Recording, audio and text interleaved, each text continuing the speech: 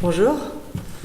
Donc, je suis là pour parler de la culture, de la diversité culturelle, qui me tient beaucoup à cœur parce que moi-même je suis issue de cette diversité culturelle.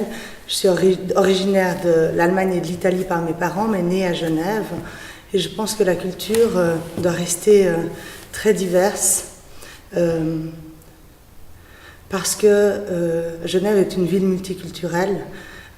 Sa population est très hétérogène et la culture que nous recevons ici et que nous pouvons découvrir aussi nous remplit de cette richesse et construit aussi notre histoire commune, notre identité. Je pense que c'est aussi une transmission de nos émotions, de nos sentiments. La culture, elle peut être moderne, ancienne, classique, contemporaine, douce, violente, cynique, drôle, mais elle nous permet aussi d'avancer dans nos réflexions, dans notre pensée. Elle nous unit dans nos différences. Elle ne doit absolument pas devenir homogène, elle doit rester hétérogène et plurielle. La culture n'est pas riche, elle est multiple. Et c'est pour ça que c'est important qu'elle reste diverse et ouverte à tous, surtout.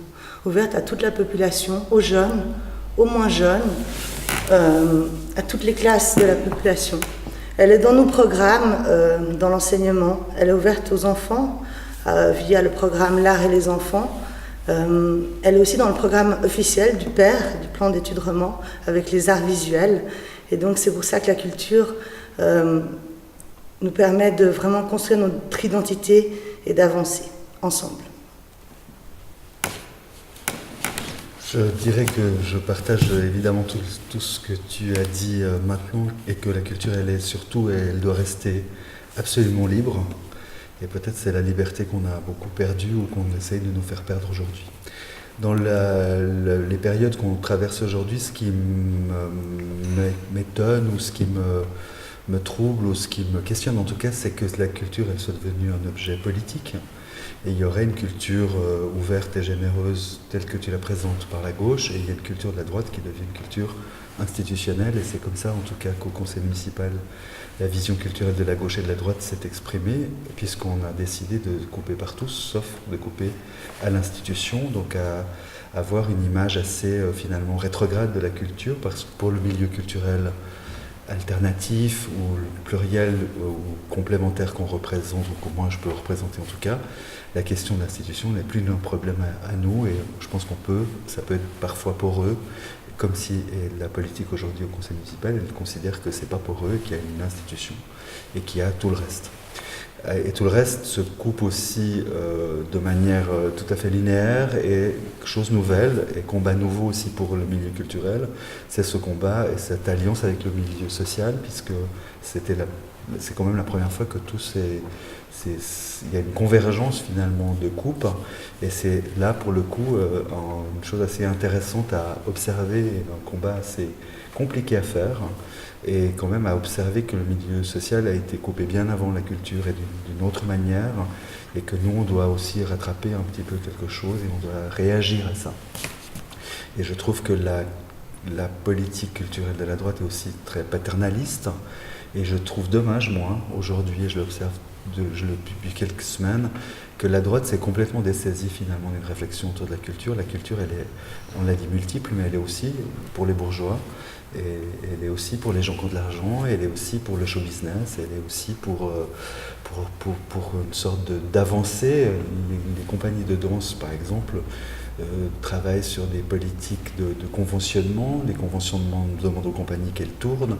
Le modèle, il n'est pas très loin du libéralisme. En réalité, on ne travaille plus aujourd'hui en chorégraphe pour lui-même, il travaille aussi pour un résultat, pour une certaine idéologie. Et je trouve dommage, vraiment et très regrettable, que ce dialogue avec la droite aujourd'hui n'existe plus, et qu'il y ait ce clivage entre la droite et la gauche, une culture de droite et une culture une non-culture ou une culture institutionnelle de droite, et la culture de tout le monde à gauche. C'est pas si simple que ça, c'est pas si facile que ça, et c'est encore une fois très dommageable que ce dialogue soit perdu, et que la droite sur le principe des économies, finalement, se tait sur la question du point de vue culturel. Je pense que tu as raison en partie. Pour moi, en tout cas, la culture, elle est partisane, elle est vraiment au-delà de nos différences politiques. Et c'est pour ça que je suis là aussi, pour dire que voilà, elle fait partie de notre culture, notre histoire, notre identité. Et elle ne doit pas rentrer dans ces considérations politiques, de politicienne de bas niveau. Et voilà, elle doit vraiment rester démocratique, accessible à tous. Et elle ne doit pas rentrer justement elle ne doit pas devenir otage en fait de certaines décisions, et je pense qu'il faut absolument voter 2 fois non aux coupes budgétaires le 5 juin, parce que ça, c'est le soutien à la culture qui est vraiment en ligne, qui est vraiment sur la ligne de front actuellement, à court terme, mais à moyen terme, à long terme, elle le sera encore. Donc c'est important vraiment de la soutenir fortement, parce que justement, elle fait partie de notre identité, elle nous compose, elle nous unit, elle nous permet aussi d'avancer ensemble.